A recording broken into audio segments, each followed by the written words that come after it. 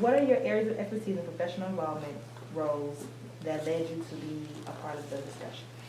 I am the high school social science teacher here at Shawnee High School. I'm the only social studies teacher at the school because we're a small school. And about 5 years ago, I started a project that we call the Levee Project when my students and I read an article about the shape the levees were in, how they were deteriorating. After we read the article, we started writing our representatives asking for funds to help fix the levees. The project continued to grow and grow. It's now in its 5th year. And because of our work on the levees, we are now what you could almost say experts on this topic to an extent. And so I'll be on the panel talking about ways the citizens can basically understand this problem better. With the saying that you're helping citizens to understand the problem better, is that your only key point, or you have other key points you plan on to contribute to the discussion? During the discussion, I plan to share some of the history of the levees in regards to some of the issues that have occurred over the years between levee districts, the Army Corps, and even issues related to politicians. Talk about perhaps some of the negative aspects that happen, but also some of the progresses that are being made currently, and hopefully on a positive note, asking that areas not just in the floodplain, but areas throughout Southern Illinois could possibly give back to this area with funds, or basically just become more aware of the situation. Okay. As far as advising residents, are there any actions that you feel that they can produce significant contributions in managing the levee problem? I think the locals have done as much as they can about the levee issues. They've tried to hold fundraisers and raise money. They have raised thousands of dollars on their own, but we're not talking about a problem that needs thousands. We're talking about a problem that needs millions. And the locals in this area are prone to high poverty rates, unemployment, and basically they've done all they can do. What I'm asking for citizens to do is basically the citizens who don't live in the floodplain need to realize this is an issue that can impact them as well. For instance, if these areas in the floodplain are lost due to a levee failing, they will be impacted economically.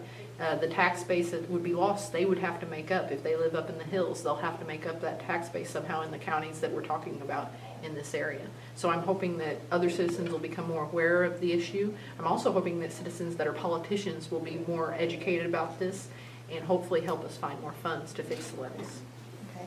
In a recent article that the Southern published, what are your feelings towards the Jackson County Board approving the levee funding bonds? I am very thankful that the Jackson County Board unanimously approved the decision to grant Grand Tower $1.7 million in bonds. Again, the problem though is the fact that it's going to be Jackson County locals that are going to have to pay that back. And honestly, it'd be nice if we could see funds come from the state or even the federal levels and the pressure not be put on these locals.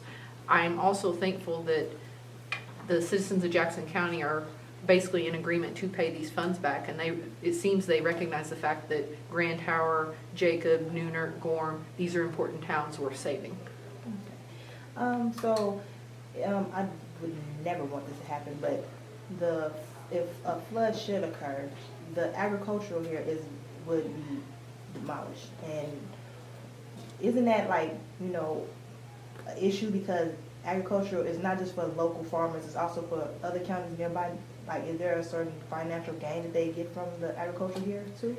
Some of the largest areas that are farmed are in the floodplain when we're talking about Southern Illinois farming. If the farms of Southern Illinois that are in the floodplain were lost, it would be a huge economic impact on all of Southern Illinois. It would be devastating, because what basically would happen is not only would those farmers go out of business, but what that would also mean is when they're buying from locals, maybe it's seed suppliers, local people who sell them the tractors or tractor parts, trucks to drive on the farms, if their farm goes, they're no longer going to be helping out the other businesses out of the floodplain in these counties, because they'll have no need to. They'll have lost their farm. So other businesses out of the floodplain would be impacted greatly if we were to lose our local farms here in the floodplain. Okay. Well, is there anything else you would like to say about this discussion and the levee project? I'm very excited to get to share the film with the community members tonight. I hope they're really proud to see the students' work. The students that were involved in this was the class of 2013, and the class of 2014, and they worked really hard on this, and I'm excited for them to get to share this with their community.